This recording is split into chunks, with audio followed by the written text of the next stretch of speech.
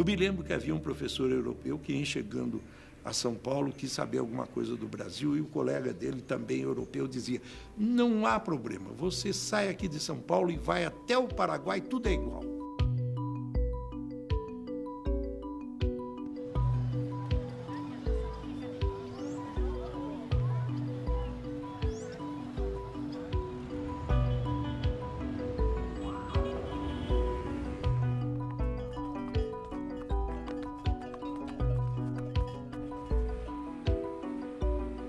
Se eu tivesse que dizer alguma das coisas que eu penso sobre o meu país, eu começaria por dizer que ele ainda tem raízes pré-históricas lá no noroeste da Amazônia, nos Yanomamis, e tem regiões autodesenvolvidas que copiam os esquemas das infraestruturas modernizantes da ocidentalidade. E também eu diria que, em termos de futuro, ele tem os recursos hídricos mais importantes do mundo. Existem muitas maneiras de abordar esse país imenso de escala continental chamado Brasil. Eu, pessoalmente, trabalhei com os domínios de natureza no Brasil. Quais são os domínios de natureza diferenciados entre si, existentes nesse conjunto territorial imenso? Quando se fala dos domínios de natureza no Brasil, do ponto de vista da realidade geográfica do fim do século e do fim do milênio, nós temos que logo prevenir os ouvintes de que todas essas áreas sofreram o resultado positivo ou negativo das ações humanas acumuladas ao longo da história de 5 séculos. E, nesse sentido, o Brasil apresenta um mosaico muito complexo. Cada área dessas teve processos evolutivos nas suas zonas rurais e na instalação de suas redes urbanas de um modo bastante diferenciado. O lado negativo é a destruição das coberturas vegetais e a perturbação dos ecossistemas naturais. O lado positivo foi o fato de que essas regiões ofereceram recursos importantes para as suas populações residentes e para o desenvolvimento econômico que certamente caminhou no sentido muito selvagem. Essa visão de que todos os domínios sofreram interferências pode ser iniciada com aquele domínio que, ao longo do século XX, sofreu menos interferências e que agora está ameaçado de seguir o caminho de outras áreas. É o caso da Amazônia, que seria uma região em vias de desenvolvimento, já com muitas características próprias relacionadas com as grandes cidades, com a industrialização da região de Manaus, com projetos grandes reciclados, como o caso do Jari, e, dominando tudo isso, uma geografia humana sofrida do homem da beira do Igarapé, dos herdeiros dos seringais e dos homens que estão muito distantes das cidades e que, quando as cidades crescem, eles são prejudicados porque a tendência é para enxugar todas as beiras dos rios amazônicos e concentrar nas cidades, infelizmente, em bolsões de pobreza muito tristes e muito lamentáveis. Essa depressão gigantesca é caracterizada por um relevo de tabuleiros ondulados, baixos platôs, e forma, dentro do Brasil, uma das mais gigantescas redes de rios de todos os tipos. O índio e o caboclo, sobretudo, chamavam de rios os grandes volumes de águas correntes, riozinhos, alguns afluentes mais estreitos, mas em que a luminosidade chegava até a água. E aqueles riachos que percolam as florestas e às vezes até são escondidos pelas copas das árvores e que servem de trânsito para canoas, o índio desde cedo chamou de Igarapé, ou seja, o caminho da canoa. Acho lindo isso. Milagrosamente, em função do tipo de ocupação antigo que predominou desde 1850 aproximadamente até 1900 XX, a região amazônica restou como o maior domínio de natureza tropical com florestas biodiversas de toda a face da Terra. Nos últimos 30 ou 40 anos, e, infelizmente, adotaram-se muitas técnicas de abordagem da Amazônia e houve, certamente, em alguns lugares, uma ação negativa pela emenda da degradação, ao longo de rodovias, ferrovias eventuais, braços de igarapés, e à medida que as devastações se ampliam lateralmente a uma rodovia, a um ramal, a um subramal, vão se emendando as devastações e, no fim, sobra pouco. E, felizmente, não é em toda a Amazônia que está acontecendo esses 8, ou 10 ou 12 caminhos de devastação que eu tenho observado lá na região do sul do Pará. Mas, de qualquer maneira, os governantes têm que ter um alerta especial para esta interconexão da predação em função até mesmo da implantação de infraestruturas modernizantes. O fato da Amazônia ainda ter 80% das suas florestas preservadas, 12% muito destruídas como somatória e os 10 ou 12% mais ou menos relacionados com exploração dita seletiva de madeiras, etc., ainda apresenta ao mundo uma das regiões de maior biodiversidade da face da Terra. E, por isso mesmo, muito importante para ser protegida no seu todo.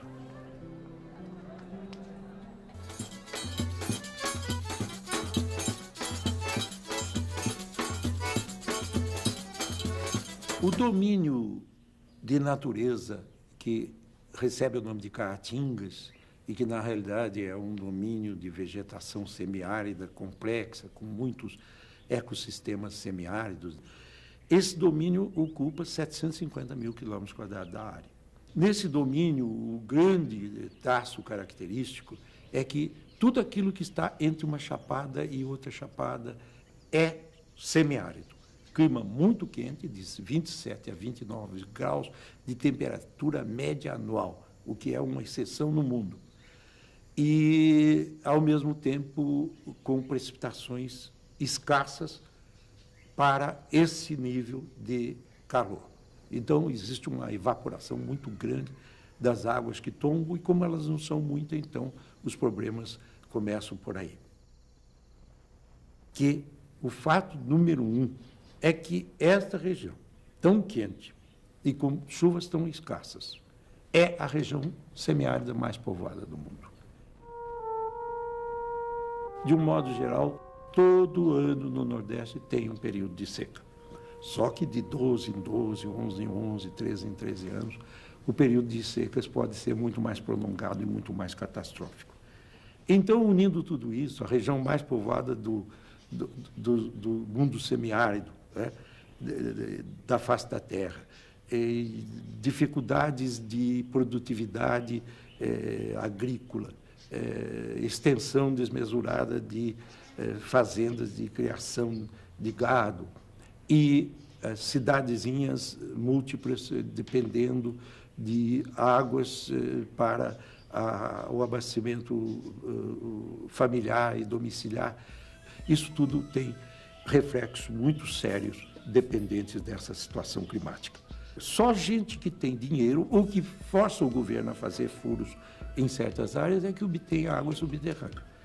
A gente vê aqueles jeguezinhos carregando pipotes e as crianças tangendo os jegues e eles vão lá para o centro do rio, em lugares que eles sabem que a água está mais à flor da areia do leito do rio, e retira a sua água e leva para a sua família, né? A criança lá trabalha familiarmente de um modo complementar permanente, não é como a criança do Brasil do Sudeste, etc., que tem muitos outros problemas.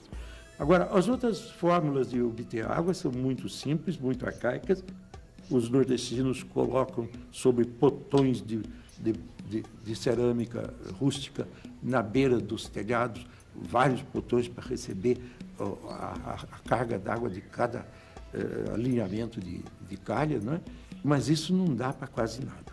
em função disso, a gente tem que saber que a água que é possível de reservar por esses processos mais rústicos é menor do que a água de que qualquer pessoa aqui do Sudeste gasta num banho, sendo que aquela água é para durar durante todo o período seco. Né? Isso é um drama que me amola muito e inclusive, a gente vai aprendendo a economizar água até na região que tem muita água, porque sabe que alguém está precisando da água para cozinhar, para beber, para banho, etc., para higiene pessoal.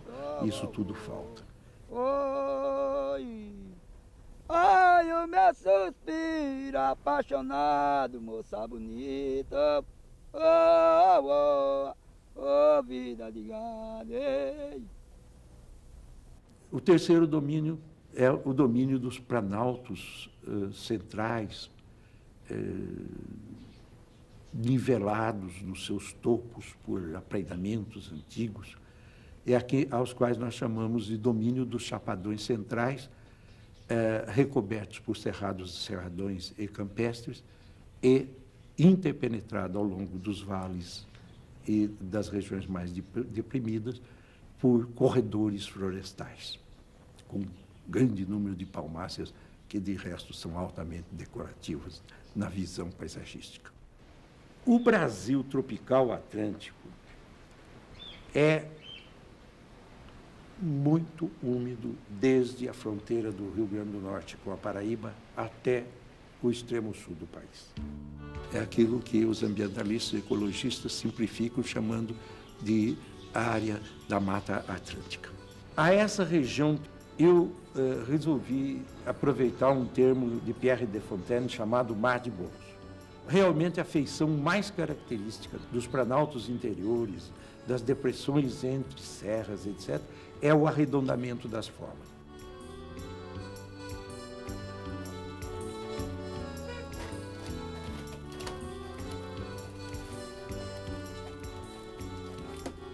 Essas regiões acabaram por ter uma organização complexa e uma auto-organização.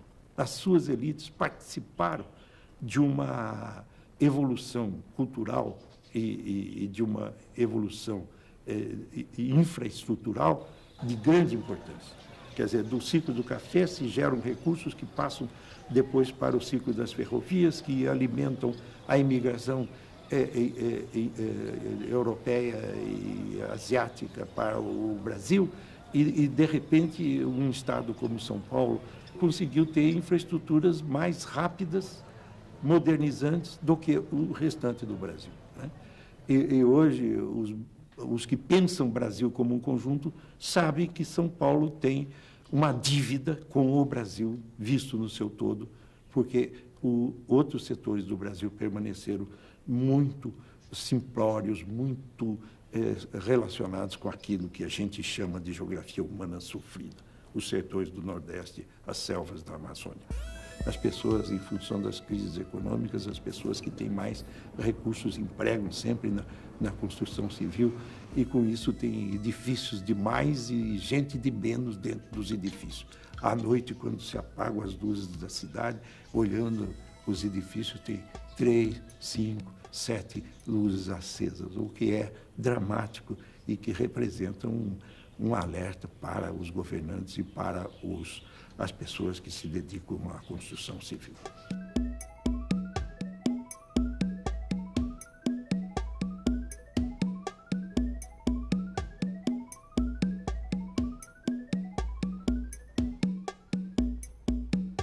Bom, para o sul tem 2 outros domínios, né? O domínio dos planaltos de Araucária, que são altiplanos, no Paraná, talvez algumas das terras altas mais contínuas do Brasil. Esses altiplanos revestidos por campos nas áreas sedimentares e por bosques densos nas áreas de terras melhores, têm a característica de terem espécies emergentes de grande extensão no passado e que agora, em função dos tais ciclos de especulação agrária, estão desaparecendo quase por completo em algumas áreas. Hoje, se não houver um esforço para preservar os pinhais do Paraná pelo menos como símbolo de uma região fitogeográfica especial, nós não teremos mais memória daquilo que era o principal componente desse domínio, ou seja, o Planalto dos Pinhais Paranaense. E mais para o sul, mas em muito pequena área, se estende a campanha gaúcha. A esse domínio eu chamei de domínio das pradarias mistas, interpenetrado por florestas galerias de caráter biodiverso e subtropicais. Note bem que elas não existem mais, porque a extensão desmesurada das plantações de arroz no Rio Grande do Sul se fizeram exatamente nas planícies que eram ocupadas por estas galerias subtropicais.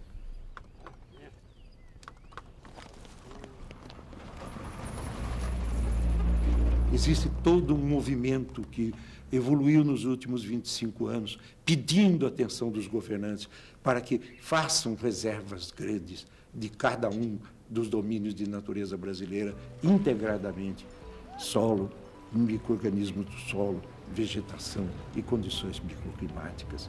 Essas unidades foram espalhadas pelo Brasil inteiro, graças a ações de pessoas esclarecidas, de pessoas voltadas para a problemática da conservação. Às vezes, pequenos espaços têm que ser também preservados, como, por exemplo, certas ilhas de cactos que sobraram no meio de áreas montanhosas. Essas ilhas de coisas que representam os climas do passado precisam ser defendidas a todo custo. Na realidade, existem tantos Brasis quanto aqueles que a gente pode identificar no território. E em todas essas áreas também tem conotações de regiões culturais diferenciadas. Não dá para dizer que só tem um Brasil caiçara e caipira e depois um Brasil homogêneo no restante do conjunto. Na realidade, existem muitas áreas culturais diferenciadas e que estão sobrepostas a cada um desses domínios de natureza, sem que nisso haja nenhum determinismo. Então, o problema número 1 é discutir cada região dentro das suas originalidades. Eu sou paulista de nascimento, nasci numa pequena cidade embutida lá nos mares de morros de que eu lhes falei, mas eu penso o Brasil como um todo, de norte a sul, e com o seu povo distribuído por ocupações as mais diversas, ocupações rústicas herdadas dos índios, lá na beira dos igarapés, ocupações difíceis na área que também foi indígena e que tem problemas climáticos e hidrológicos enormes, como o Nordeste, os homens do sertão. E penso o Brasil no seu todo, das áreas do Pantanal Mato-Grossense, que é uma transição entre o Chaco e o domínio de natureza do Brasil Central. Eu me vejo na condição de pensar todos os homens, todas as comunidades que habitam esse país, e uma política integrada tem que pensar em todo mundo e a favor do futuro dessas mesmas pessoas.